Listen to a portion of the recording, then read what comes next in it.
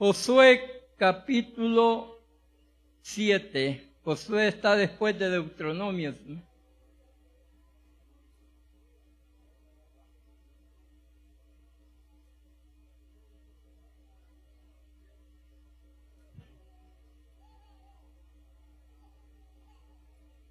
Gloria a Dios. ¿Ya lo tenemos? Bueno, vamos a leer del versículo 1 al versículo 12. Y desde el 12 pasamos al 19, del 19 al 21. Empecemos Josué capítulo 7, versículo 1 al 12, en el nombre de Jesús. Leámoslo. Pero los hijos de Israel cometieron una prevaricación en cuanto al anatema, porque Acán, hijo de Carmi, hijo de Sibdi, hijo de Sera, de la tribu de Judá, tomó del anatema, y la ira del Señor se encendió contra los hijos de Israel. Después Josué envió hombres desde Jericó a Ai, que estaba junto a Bet-Aven, hacia el oriente de Betel, y les habló diciendo: subid, reconoced la tierra. Y ellos subieron y reconocieron a Ai. Y volviendo a Josué le dijeron: no suba todo el pueblo, sino suban como 2 o 3 mil hombres, y tomarán a Ai. No fatigues a todo el pueblo yendo allí, porque son pocos. Y subieron allá del pueblo como 3 mil hombres, los cuales huyeron de delante de Ai. Y los de Ai mataron de ellos a unos 36 hombres, y los siguieron desde la puerta hasta Sebarim, y los derrotaron en la bajada, por lo cual el corazón del pueblo desfalleció y vino a ser como agua. Entonces Josué rompió sus vestidos y se postró en tierra sobre su rostro delante del arca del Señor hasta caer la tarde, él y los ancianos de Israel, y echaron polvo sobre sus cabezas. Y Josué dijo: ah, Señor, ¿por qué hiciste pasar este pueblo del Jordán para entregarnos en manos de los amorreos, para que nos destruyan? Ojalá nos hubiésemos quedado al otro lado del Jordán. Ay, Señor, ¿qué diré, ya que Israel ha vuelto la espalda delante de sus enemigos? Porque los cananeos y todos los moradores de la tierra oirán, y nos rodearán y borrarán nuestro nombre sobre la tierra. Y entonces, ¿qué harás tú a tu grande nombre? El Señor dijo a Josué: levántate, ¿por qué te postras así sobre tu rostro? Israel ha pecado y aún ha quebrantado mi pacto que yo les mandé, y también han tomado del anatema, y hasta han hurtado, han mentido, y aún han guardado entre sus enseres. Por esto los hijos de Israel no podrán hacer frente a sus enemigos, sino que delante de sus enemigos volverán la espalda, por cuanto han venido a ser anatema.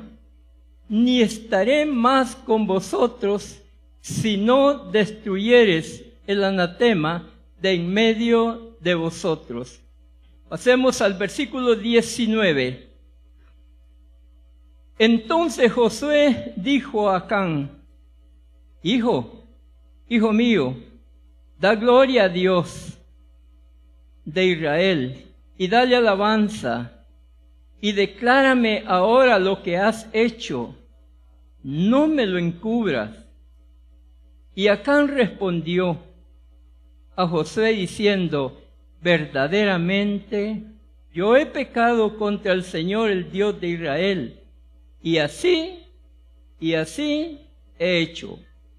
Pues vi entre los despojos un manto babilónico muy bueno, y 200 siclos de plata, y un lingote de oro de peso de 50 siclos, lo cual codicié, tomé, y aquí está escondido bajo tierra en medio de mi tienda, y el dinero debajo de ella. Tomen su lugar, amados hermanos. Gloria al Señor Jesucristo. Tenemos aquí una advertencia para la iglesia del Señor Jesús. Hemos leído parte de lo que es de la Escritura en cuanto a la historia del pueblo de Israel. Todos sabemos que este pueblo es un pueblo que Dios escogió para tener este pueblo, por decirlo, escogió para la gloria de su nombre sobre la tierra, como un testimonio al mundo de que Dios está con este pueblo. Y que, hermanos, donde fue, y leemos en Génesis, leemos en Génesis y Éxodo, de cómo dieron inicio los patriarcas para lo que es el nacimiento de esta nación del pueblo de Israel.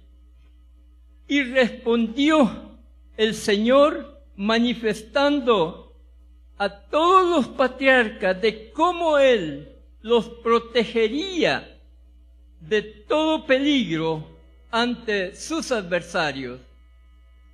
Estos patriarcas gozaron verdaderamente del apoyo y la protección de Dios, que hizo a ellos, dando testimonio que Dios los protegía en todo momento. A Abraham el Señor le dijo: bendito el que te bendijere y maldito el que te maldijere. Esa ley está vigente, amados hermanos. Esa no ha culminado, está vigente. También a Abraham le llamó amigo de Dios, no por sus obras, pero por su obediencia. Le mostró a Dios que le creía, que lo amaba y le obedecía. Las dos pruebas que el Señor hizo a Abraham, las dos respondió muy bien Abraham, y eso hizo que este hombre tuviera esa bendición tan grande del Señor, y que fuera el padre de la nación de Israel, como también padre en la fe del pueblo gentil.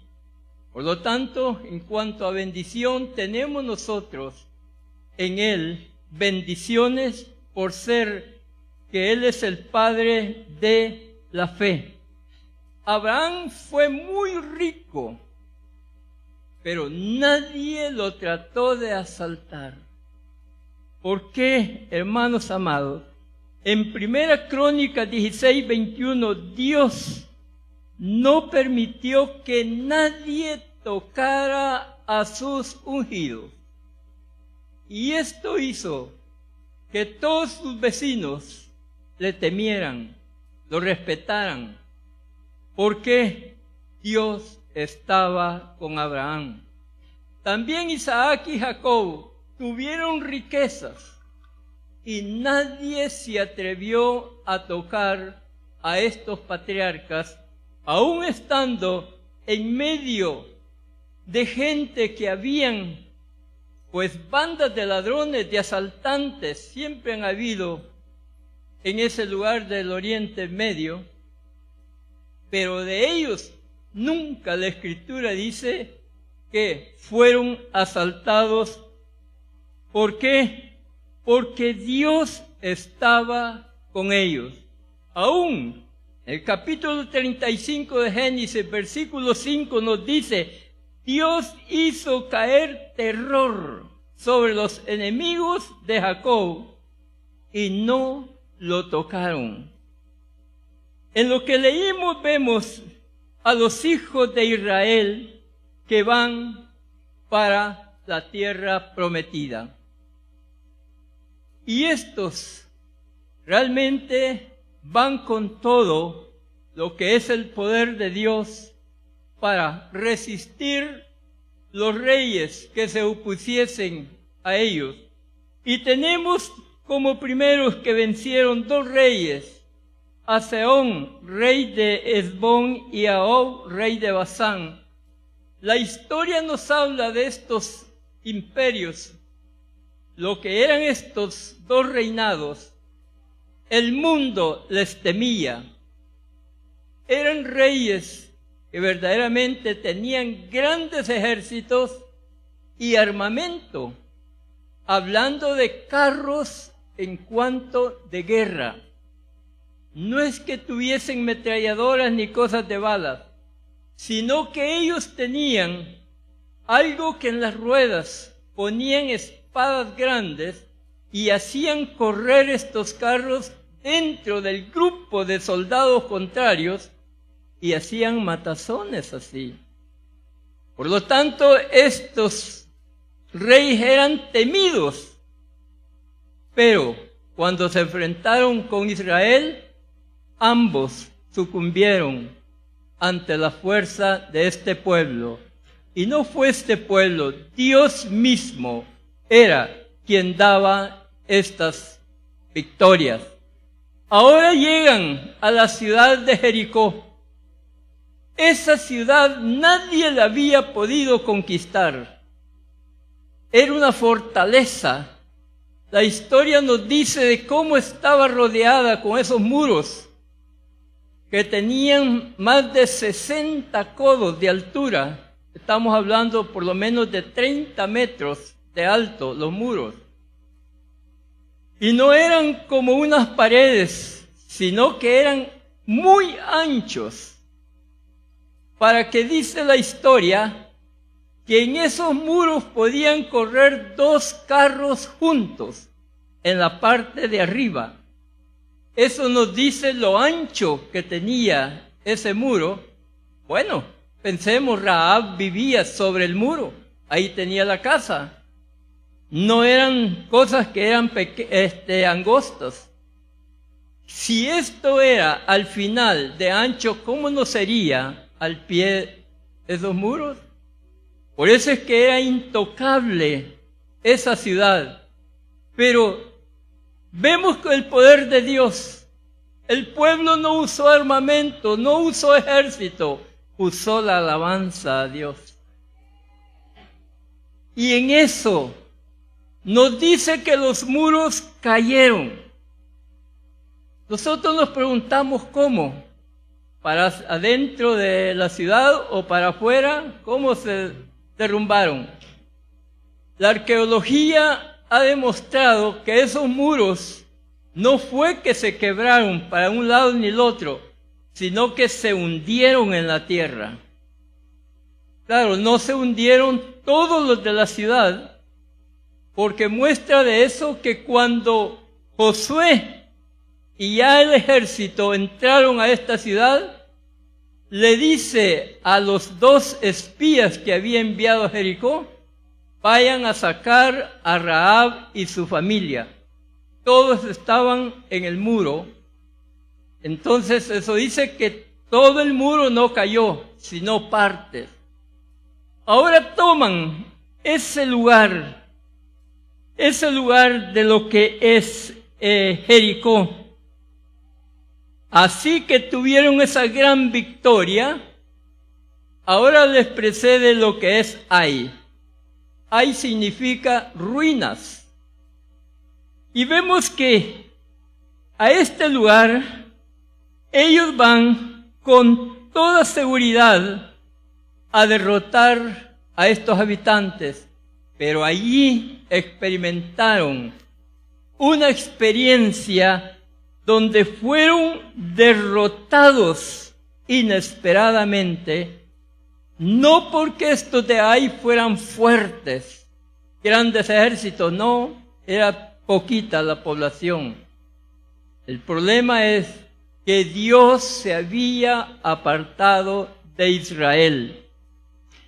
¿Cuántas veces sucede esto en la vida de un creyente? Que después de grandes victorias espirituales que se tienen en la vida, de repente vienen derrotas inesperadas. Un ejemplo, Elías.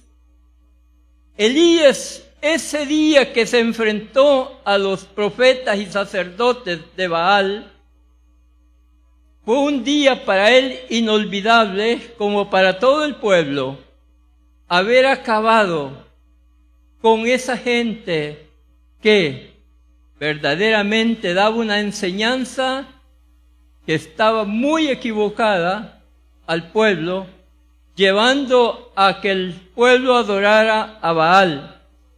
Y ahí fueron derrotados, y él pareciera que algunos pudieron haber dicho, ¿cómo no quisiéramos ser como Elías? El hombre seguramente se sintió muy fuerte en todo, pero el siguiente día, ¿qué pasa? Huyendo de la amenaza de Jezabel. Después de una gran victoria, le presidió lo que es una derrota. Esto mismo se experimenta, hermanos amados, en cuanto al cristianismo. Hay victorias, pero hay fracasos espirituales también. Alguien que diga, yo nunca he tenido fracasos. Raro, porque esto también nos hace entender mejor las cosas de Dios. Saber hasta dónde hemos creído, qué fuerza tenemos espiritual y de cómo Dios está de nuestro lado para soportar las circunstancias que se nos vienen en contra. Pero ¿dónde radica todas estas cosas, mis hermanos? Es donde nos volvemos. Que el problema es cuando nos sentimos fuertes. Todo lo puedo. Yo sé que no necesito de que me ayuden. Nos volvemos a que no necesitamos de nadie más. Decimos, yo solo hice esto y lo puedo seguir haciendo. No necesito que nadie me ayude. Nos estamos volviendo independientes de Dios, no dependientes. Porque una cosa es ser independiente y otra cosa es ser dependiente del Señor. Cuando somos dependientes del Señor, las cosas marchan bien. Pero vemos que así suceden todas estas cosas. Josué envió espías a esta ciudad de Ai. Y el informe fue, mira, son pocos los habitantes. Son poquitos, con facilidad vamos a tomar esa ciudad. Sí, eso fue lo que ellos creyeron. Bueno, solo envía 2,000 o 3,000 hombres y ya todo esto va a terminar. Aquí experimentó Israel una de las peores derrotas, que una pequeña ciudad los haya hecho correr, los haya vencido y ahora todos están. ¿Qué será cuando nos enfrentemos a reinos más grandes? Todo esto era una especulación para ellos. ¿Por qué? ¿Por qué experimentaron, hermanos, esta derrota? ¿Por qué? ¿Porque ellos fueron más fuertes? No, no eran más fuertes. Era un pueblo débil. El problema fue grande. Primero, el pueblo no oró pidiendo la dirección de Dios para ir a ese lugar. Solo dijeron, vamos. El pueblo realmente no buscó al Señor, no pidió la dirección para esa conquista.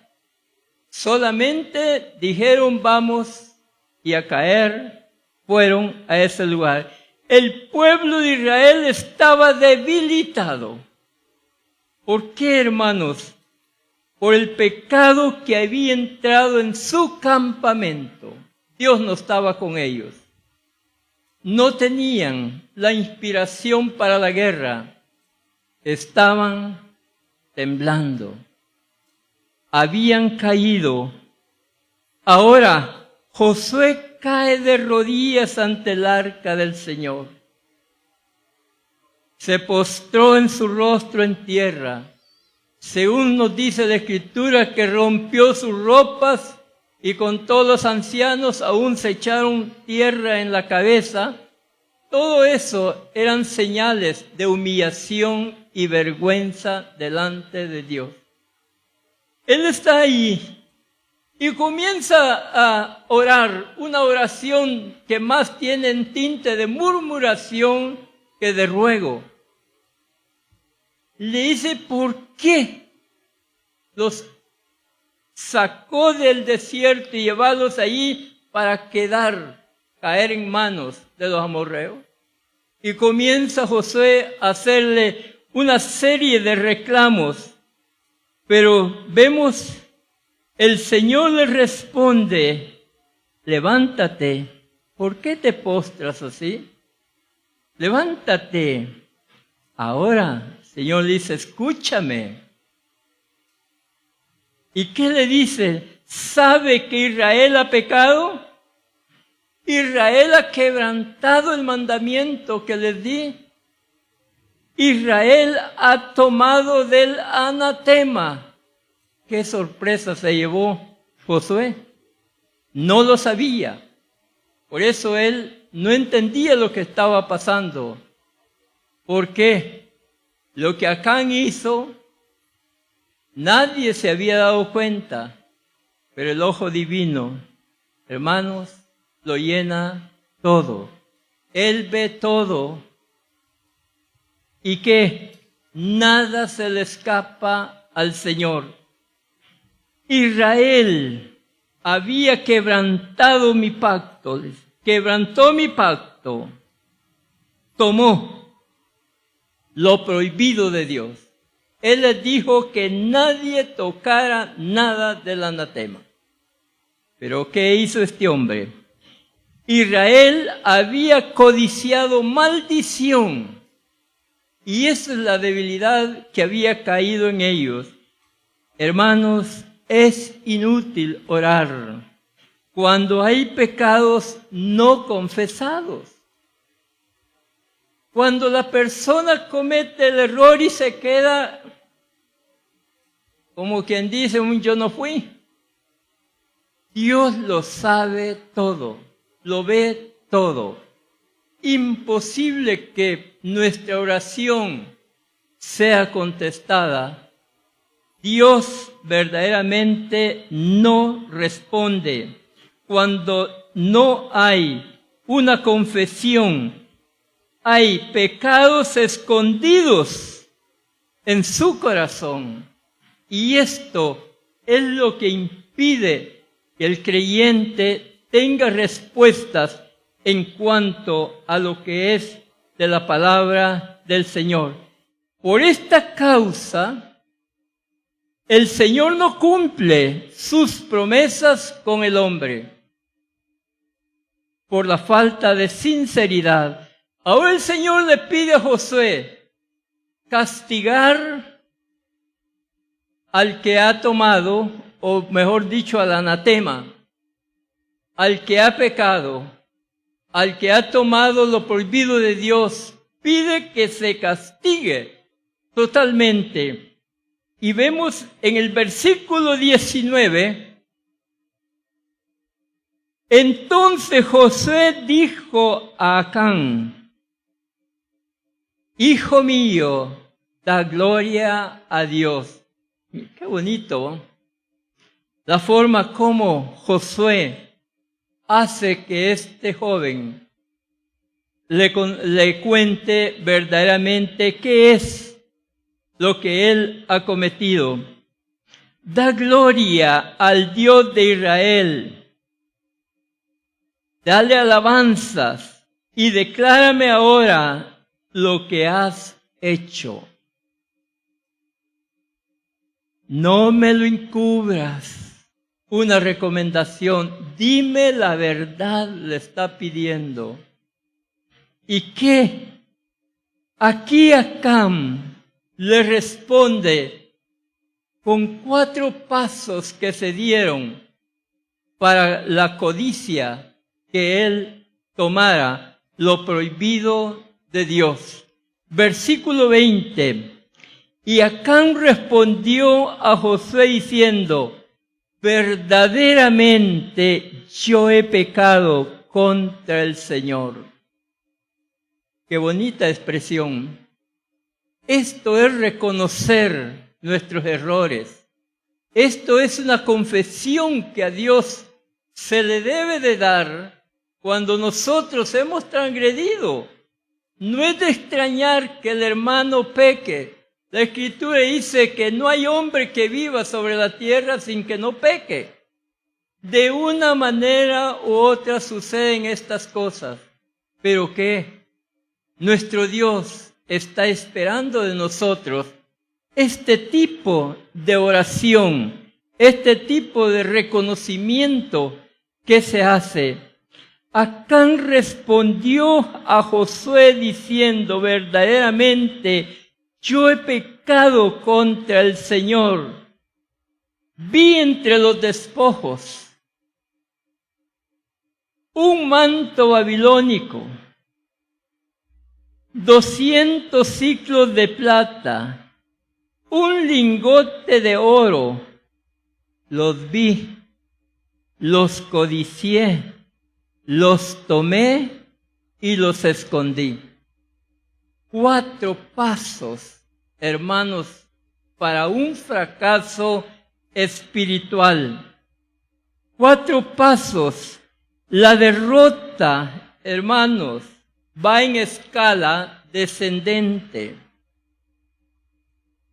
Va en escala descendente hacia abajo.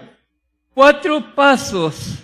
¿Para qué? Para esa derrota espiritual del hombre delante de Dios.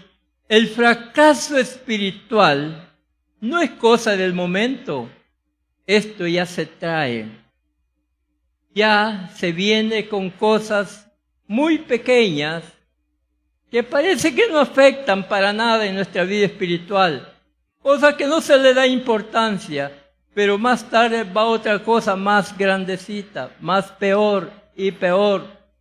Esto va aumentando y la persona no se da por entendida de que es necesario hacer una confesión delante del Señor.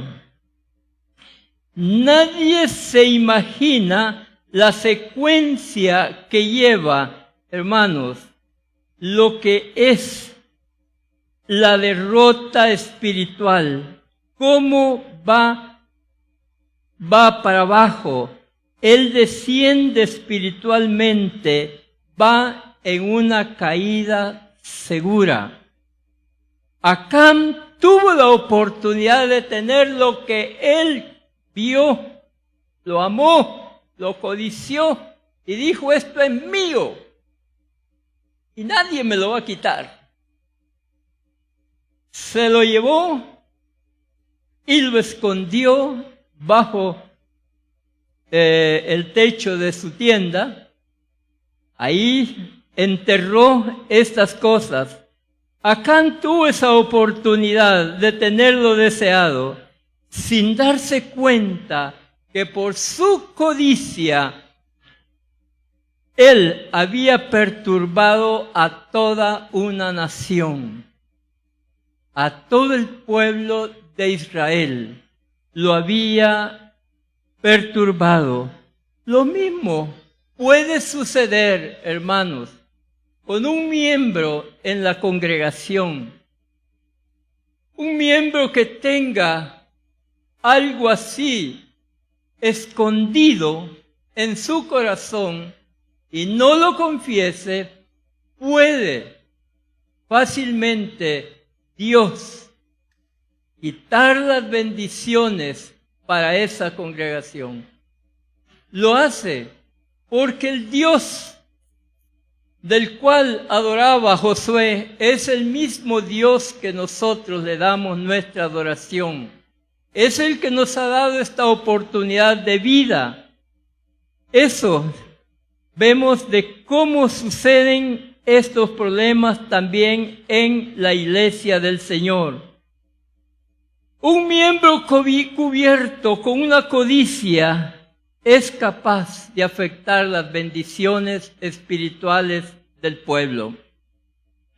Para muchos, eso es cosa ligera, es de poca importancia. Es que no estamos en la ley, hoy estamos en la gracia. Dios no nos va a culpar, eso es lo que podemos pensar. No nos atengamos, hermanos amados. No nos atengamos eso. El hermano o la hermana piensan que el Señor le va a dar una palmadita. Ay, este es mi hijo tan travieso, tan desobediente que se me ha hecho. Ay. No, hermanos, la ley de Dios es la ley de Dios. Nos dice Números 32, 24, sabe pues que vuestro pecado os alcanzará. Es una ley que nuestro Dios ha puesto y debemos nosotros de respetarla. La paga del pecado es inevitable. Es inevitable cuando no hay una confesión de arrepentimiento. Es necesario hacer esa confesión. ¿Por qué? Es la forma como nosotros nos ponemos a cuentas con el Señor. Y vuelvo a repetirles, no es porque diga que no hay ningún problema con hacer esto. Tanto que el Señor ni creo que se fije. Hermanos, la Escritura nos dice en el libro de Apocalipsis que hay un libro donde todo está anotado. Y un día, cuando estemos en ese gran juicio que Dios hará a todo el mundo, también nosotros vamos a ser sometidos. Porque ahí es donde van a salir los premios, lo que Dios va a dar a cada uno conforme a su obra. Pero está bueno que es lo que va a pagar y todo, pero ¿qué de la parte negativa? Podemos hoy en vida, hermanos, hoy se puede remediar todo esto. La paga es inevitable, pero en la confesión y arrepentimiento hay un perdón. Hay una cuenta saldada. Hay algo que no nos preocupemos a causa de eso. Cuando usted esconde no dinero, no mantos babilónicos, no lingotes de oro, nada de esas cosas, sino esconde lo prohibido de Dios, lo esconde dentro de su corazón, no lo entierra ahí en el cuarto donde vive, no, lo tiene en su corazón. Pueblo del Señor, 1 Juan 1:9 nos dice, si confesamos nuestros pecados, Él es fiel y justo para perdonarnos y limpiarnos de toda maldad. Hay una puerta de gracia para aquel que transgrede.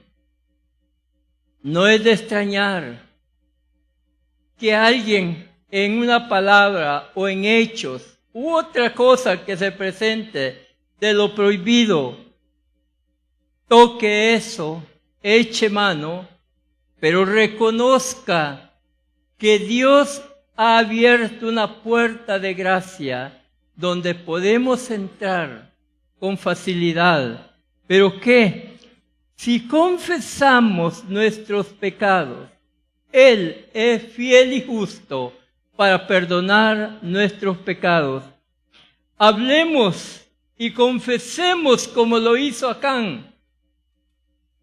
Claro, aquí vamos a decir qué fue y le contamos al Señor qué fue lo que hicimos. Esto es un reconocimiento que hacemos de la autoridad divina y que nosotros estamos bajo autoridad del Señor. Por eso podemos buscarlo cuanto antes posible, esa reconciliación necesaria para cada uno de aquellos que han sido afectados por el pecado. En 1 Corintios 10:6 nos dice: mas estas cosas sucedieron como ejemplo para nosotros, para que no codiciemos cosas malas como ellos, hablando del pueblo de Israel, como ellos codiciaron. Para nosotros esto es una advertencia, es una experiencia de que la vivieron los israelitas, nosotros no la vivamos, podemos evitarla. Sabemos que lo que Dios ha prohibido es de respetarlo. Codicia, hermanos, la codicia es una ambición descontrolada que entra en la persona. Querer alcanzar hasta lo imposible.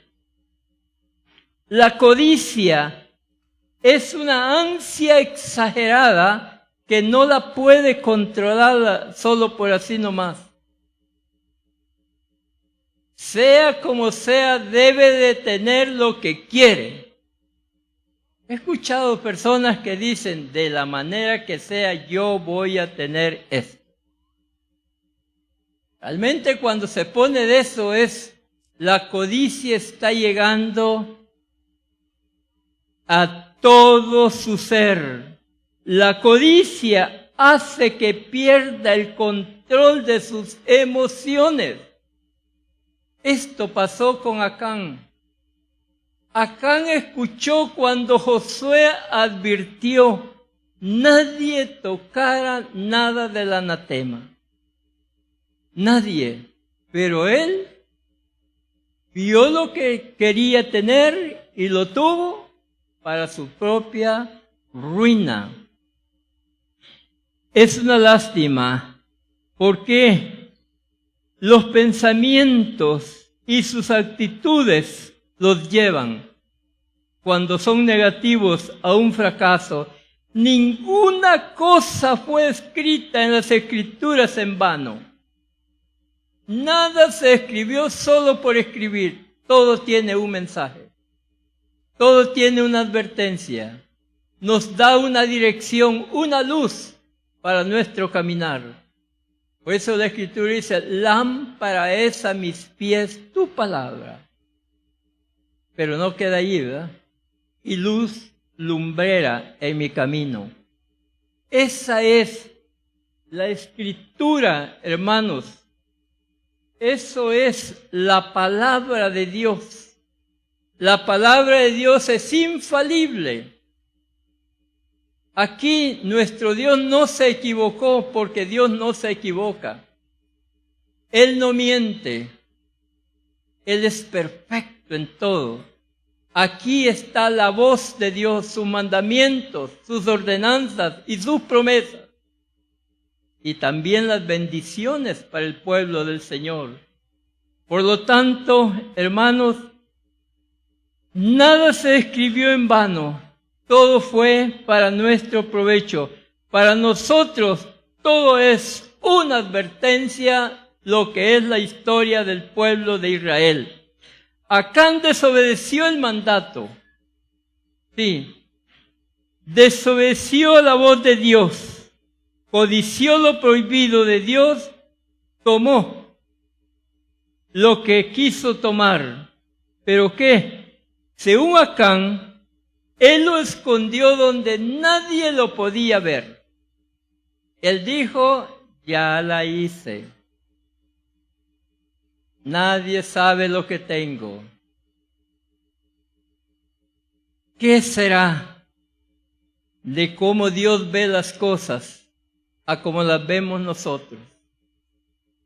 Realmente Dios tiene todo el derecho para con nosotros en hacernos saber dónde reside el problema. Nadie puede esconderse del ojo divino. Él lo llena todo. No hay nada que Él no lo llene. Porque Dios es espíritu. Aquí decimos nosotros, la Escritura dice, donde están dos o tres, ahí está el Señor en medio. Y decimos confiadamente, aquí está el Señor Jesús con nosotros. Así, de esa manera, Dios conoce lo que el hombre cree esconder del Señor, un día saldrá a la vista. No podemos esconder al Señor. Muchos cristianos se confían por el tiempo de gracia que vivimos. ¿No nos va a caer un rayo u otra cosa? Es porque Dios no quiere que ninguno se pierda. Dios quiere que todos procedamos al arrepentimiento. Esto es, buscar al Señor mientras puede ser hallado.